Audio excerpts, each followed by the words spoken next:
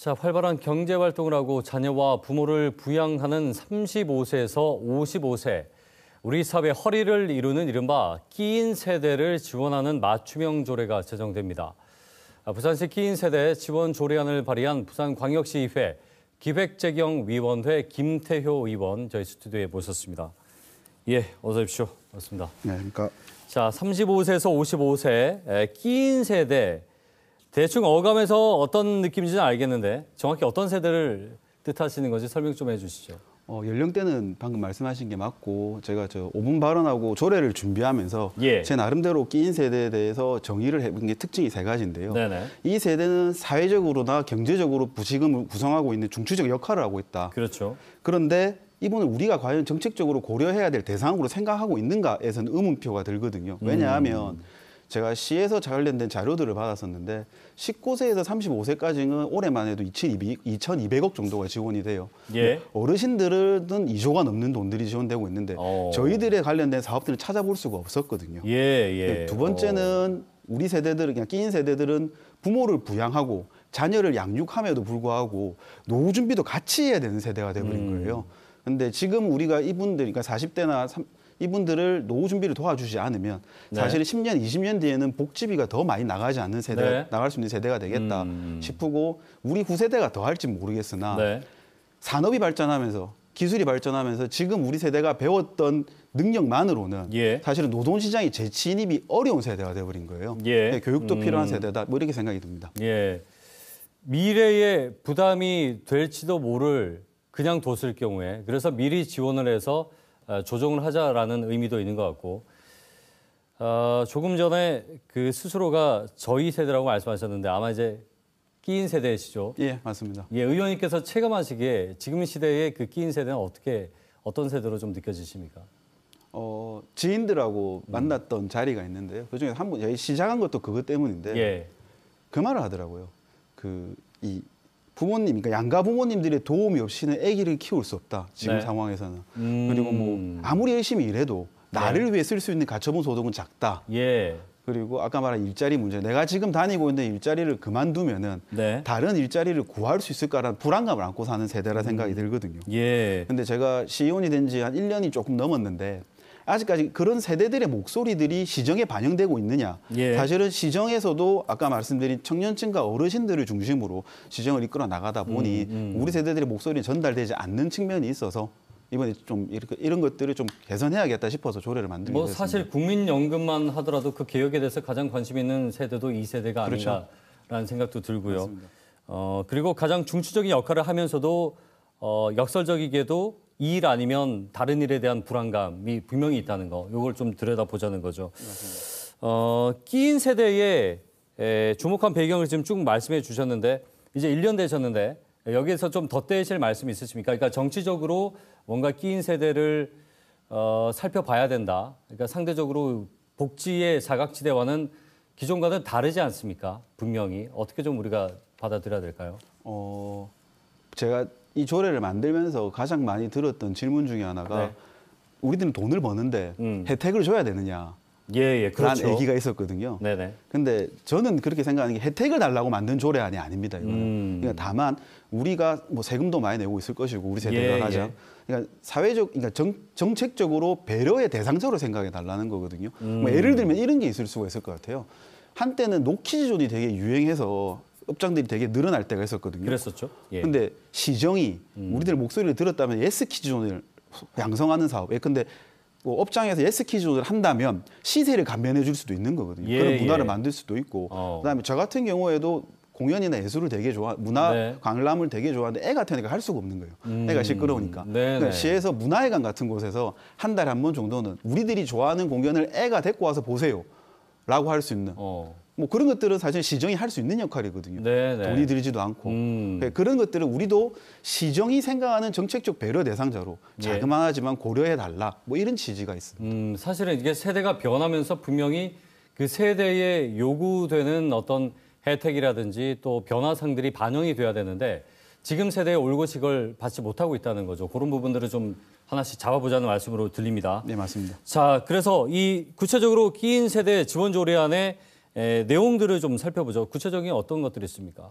먼저 제가 우리 세대를 다 대변할 수 없기 때문에 사실은 시랑 얘기하고 있는 게 종합계획을 먼저 수립해보자. 그러니까 예. 각계각층에 있는 우리 세대의 목소리를 다 들어서 필요한 것들을 모아보자 해서 종합계획 수립을 먼저 하도록 되어 있고요.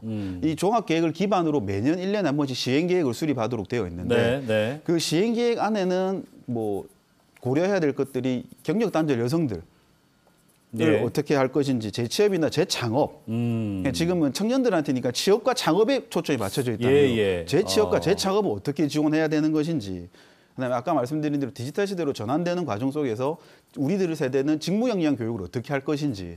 뭐 이런 부분들을 담아놨습니다. 그러니까 경단녀에 대한 부분은 이미 수년 전부터 사회에서 주목을 하고 있는 부분이긴 한데 지금 포커스를 굳이 정리하자면 패자 부활전의 성격도 있는 것 같아요. 다시 내가 일어서고 창업도 하지만 그만큼 창업하고 나서 이제 폐업률도 높지 않습니까? 이런 부분들도 아마 그 조례 내용의 배경이 아닌가라는 생각이 드는데요.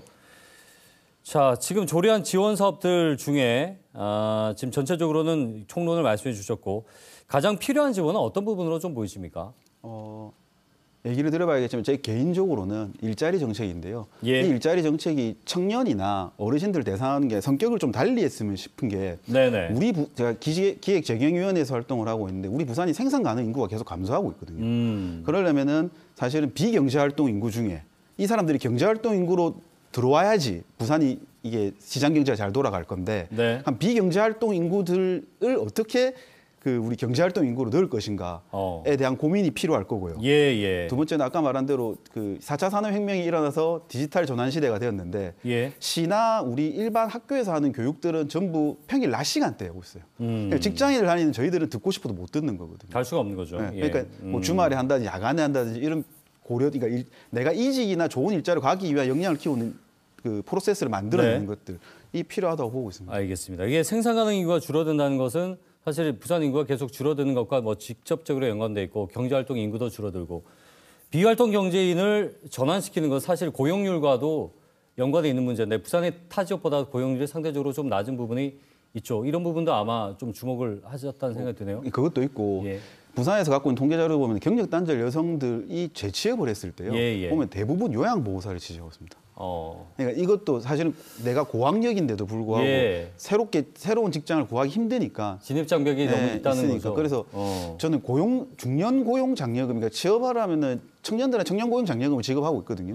사회적 분위기로 아까 말한 대로 비경제활동 인구 중에 경제활동으로 포함될 수 있는 인구가 기업에 취직했을 때 우리 시에서 나서서 그런 사회적 분위기를 조장하기 위해서 중년 고용 장려금을 줄 수 있지 않을까. 뭐 이런 것들도 사실은 정책적으로 고려가 필요하다고 생각합니다. 알겠습니다. 자, 여기서 이제 중요한 부분은 부산시에서도 또는 국가 차원에서도 청년들에게 지원됐던 부분들이 분명히 있는데 예를 들어서 이거죠. 부산시에서 갖고 있는 정책과의 차별성이 있어야 이 조례안에 힘을 받지 않겠느냐는 건데 어떤 부분에서 차별성을 가져가실 생각이신지가 궁금하네요. 지금 청년들하고 어르신들한테 집중된 게 두 가지 영역이라고 생각 들어요. 일자리 영역하고 사실 복지 영역인데 저는 그냥 우리 세대 이 조례 안에 담아서 시랑 얘기하고 있는 거는 우리 세대가 지금 당장 필요로 하는 것들 중에 간단한 것들도 바꿔보자는 거거든요. 아까 S퀴즈 좀 말씀드렸고 문화 말씀드렸는데 그런 얘기도 있었어요. 저희 조례안을 만들면서 들었던 얘기 중에 부산 시민이면은 40대 때 한 번은 건강검진을 받을 수 있도록 건강검진비를 지원해주자. 그러니까 직장인들은 받지만 일반 우리 장사를 하시는 안 되는 경우가 안 되는 것 같거든요. 그래서 건강한 부산을 위해서는 40대 때 자기의 건강을 한번 챙길 수 있도록 만들어주면 좋지 않겠느냐. 이런 다양한 아이디어들이 있으니까 이런 것들을 종합계획에 담을 예정입니다. 그런 부분들은 조례안이 통과되고 나서도 개정안을 통해서 덧댈 수 있는 부분들이니까요. 무슨 얘기인지 알겠습니다. 자, 근데 문제는 그거예요. 한정된 재원안에서 의회에 계시니까 잘 알겠지만 한정된 재원안에서 무엇을 우선순위로 할 것인가의 문제가 정치인데 그렇다면 사회 취약계층이라든지 우리가 더 보지 못하는 사각지대가 우선되지 않겠느냐라는 반론도 있어요. 여기에 대한 말씀 마지막으로 정리해 주시죠. 그 말씀은 제일 많이 들었는데 당연합니다. 사회적 취약계층을 배려하는 건 당연한 거고요. 아까도 제가 계속 우리한테 혜택을 달라는 것이 아니거든요.